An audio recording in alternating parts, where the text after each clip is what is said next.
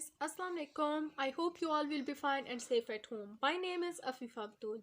आज हम लोगों ने चैप्टर नंबर 1 स्टार्ट करना है फिजियोलॉजी का। ठीक है, सबसे पहले हम लोग टॉपिक करते हैं positive feedback and negative feedback. अभी तक जिस बच्चे ने मेरा चैनल सब्सक्राइब नहीं किया, सबसे पहले मेरा चैनल को सब्सक्राइब कर लें ताकि मेरी हर नई आने वाली वीडियो आप तक जल्द से जल्द पहुंच सके। सबसे पहले मैं आपको बताती हूँ कि नेगेटिव फीडबैक क्या होता है। Negative feedback involves a response that is the reverse of the changes detected its functions to reduce the changes. ठीक है, वो कहते हैं कि जो नेगेटिव फीडबैक होता है इसका रिस्पॉन्स ओपोजिट होता है। जो बॉडी आपका एक फंक्शन परफॉर्म करवा रही है, होम्योस्टैसिस करवा रही है, थर्मोरेगुलेशन करवा रही है, उसके प्रोसेस के ओपोजिट में जो रिएक्शन होगा वो हमारा कहलाता है नेगेटिव फीडबैक। ठीक है, उन्होंने लिखा हुआ है रिवर्स दैट। ठीक है, reverse of the changes detected, जो चीज़ रिवर्स में जिस रिएक्शन को लेके जाए उसको कहते हैं नेगेटिव फीडबैक।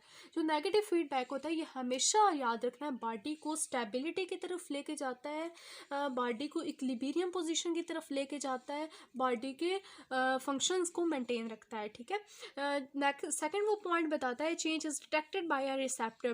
बॉडी में कोई फंक्शन परफॉर्म हो रहा है, होम्योस्टैसिस हो रहा है, थर्मोरेगुलेशन हो रहा है, उसके प्रोसेस को हमारे जो बॉडी के अंदर रिसेप्टर्स होते हैं वो डिटेक्ट करते हैं और हमारे ब्रेन तक मैसेज लेके जाते हैं कि इस प्रोसेस को कम किया जाए, रोका जाए।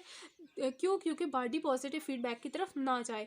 तो वहाँ से क्या होता है, कुछ हार्मोन्स रिलीज होते हैं जो इफेक्टर्स के थ्रू आते हैं और हमारी बॉडी को मैसेज करते हैं, प्रमोट करते हैं कि हमारी बॉडी उसके ऑपोजिटली फंक्शन परफॉर्म करे। इसके हम लोग कुछ एग्जांपल्स देखते हैं।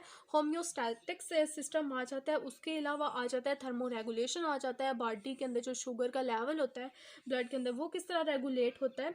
तो ये सारी एग्जांपल्स मैं आपको समझाऊंगी, वर्ड टू वर्ड मैं समझाऊंगी। ठीक है, अब हम लोग बात करते हैं कि वाटर किस तरह हमारी बॉडी के अंदर ऑस्मो रेगुलेशन का प्रोसेस भी होता है, वो मैं आपको बताती हूँ किस तरह हमारी बॉडी के अंदर मेंटेन होता है। हमारी बॉडी एक नॉर्मल फंक्शन परफॉर्म कर रही है। ठीक है, हम लोगों को क्या हुआ है, हम लोगों को थ्रस्ट हुई है, प्यास लगी है, तो हमारी बॉडी के अंदर जो वाटर का लेवल है, वाटर का जो कॉन्टेंट है वो डिक्रीज हुआ है, इसीलिए हमें प्यास लगी है।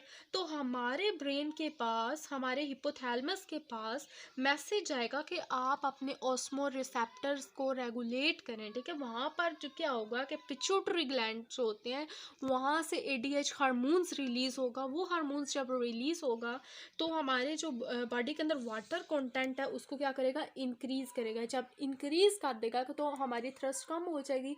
जब थ्रस्ट कम होगी तो अब उस वाटर के लेवल को हम लोगों ने कम भी करना है। तो वो फिर कम कैसे होगा, वो रिटेंशन हो जाएगी किडनी के अंदर। ठीक है, किडनी के अंदर वाटर की रिटेंशन होती है तो बॉडी नॉर्मल की तरफ आती है।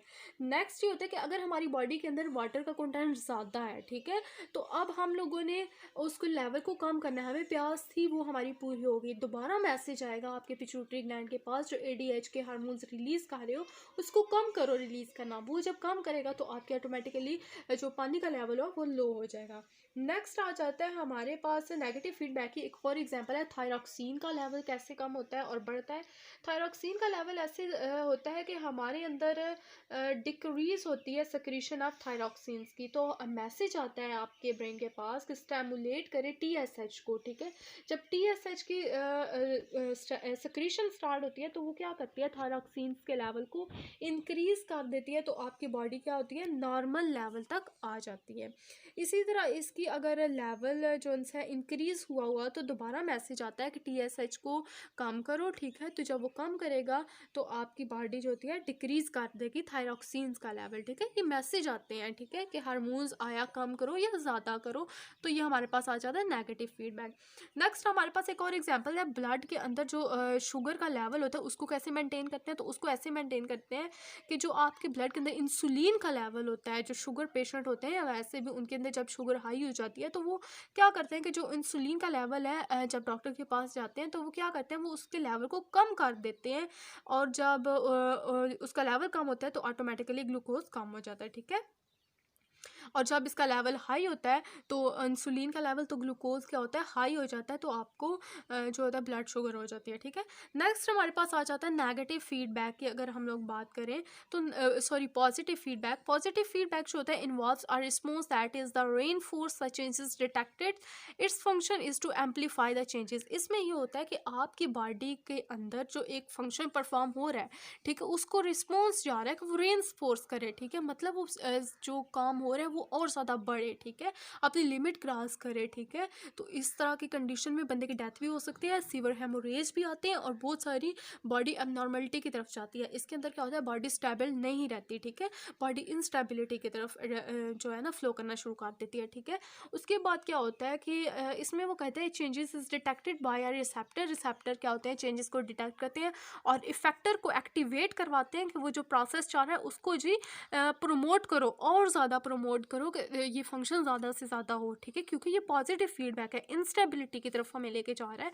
तो इसके अंदर जो उनसे हम लोग बात करते हैं चाइल्ड बर्थ, ठीक है, एग्जाम्पल है इसकी, जब बच्चे पैदा होते हैं, जो फीमेल प्रेग्नेंट होती हैं, तो क्या होता है जब 9 मंथ कंप्लीट हो जाते हैं तो क्या होता है कि जब बेबी की जब बर्थ होती है तो आपका जो यूट्राइन होता है वहाँ से उसकी जो वाल होती है वो कॉन्ट्रैक्ट होना शुरू हो जाती है, फर्दरली कॉन्ट्रैक्ट होती है वो वाल। तो फिर क्या होता है कि वो तब तक कॉन्ट्रैक्ट होती रहती है आपकी वाल जब तक बेबी की बर्थ नहीं हो सकती।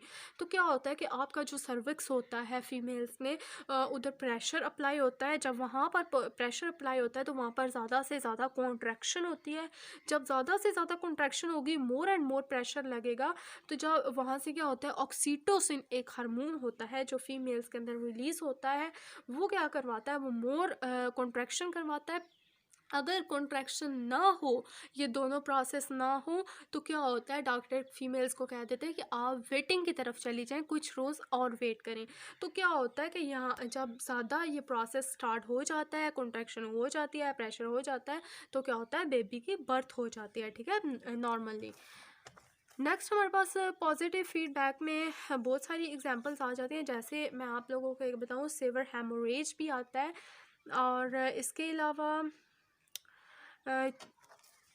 सेवर हेमोरेज में अगर हम लोग बात करें तो उसमें ये आ जाता है कि जो आपका ब्लड का फ्लो होता है वो बहुत ज़्यादा हो जाता है, आपकी वेन्स या जो आर्टरीज होती है वो कट हो जाती है, जो ब्लड का फ्लो होता है वो हार्ट की तरफ कम जाता है, ठीक है, जितना ज़्यादा कम जाएगा उतना ज़्यादा आउट फ्लो ज़्यादा होगा, हार्ट का जो कार्डियक आउटपुट होगा वो ज़्यादा होगा। जब कार्डियक आउटपुट ज़्यादा होता है तो प्रेशर हमेशा कम हो जाता है, प्रेशर कम होता है तो क्रोनरी का जो ब्लड फ्लो होता है वो भी कम हो जाता है। तो फिर हमारी क्या होती है कि जो कार्डियक की कॉन्ट्रैक्टिलिटी होती है वो क्या होती है, वो डिक्रीज़ कर जाती है, ठीक है, वो कम होती है और आपका जो आउटपुट दोबारा जो हार्ट के पास आता है वो आपका ज़्यादा आता है, ठीक है। इसी तरह बहुत सारी इसकी एग्जांपल है पॉजिटिव फीडबैक की। एक छोटी सी एग्जांपल और पुट करती हूँ मैं आप लोगों को। जैसे हमारे पास सोडियम के जो आयंस होते हैं, ठीक है, जब वो सेल की मेम्ब्रेन के अंदर जाते हैं तो क्या होता है कि वहाँ पर वो गेट्स को ओपन करवाते हैं, ठीक है, जब गेट्स ओपन होंगे तो सोडियम के आयंस की जो सेल के अंदर डीपोलराइजेशन स्टार्ट हो जाती है, मतलब आयंस को ऑपोजिटली मूव होते हैं, उनके पास चार्जेस आ जाते हैं। जब चार्जेस होते हैं सोडियम के पास तो वो इन्फ्लक्स होता है, मतलब गेट्स ओपन होगा, सोडियम का आयंस जो है वो अंदर की तरफ इन्फ्लिक्स होगा, अंदर की तरफ आएगा।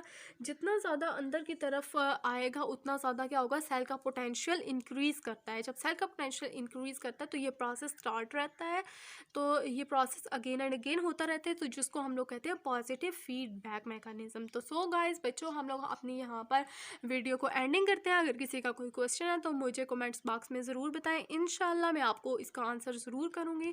मेरी वीडियो को लाइक करें, शेयर करें और अभी तक जिसने चैनल को सब्सक्राइब नहीं किया वो चैनल को सब्सक्राइब करें और मुझे अपनी दुआ में याद रखें। ओके गाइस, अल्लाह हाफिज़।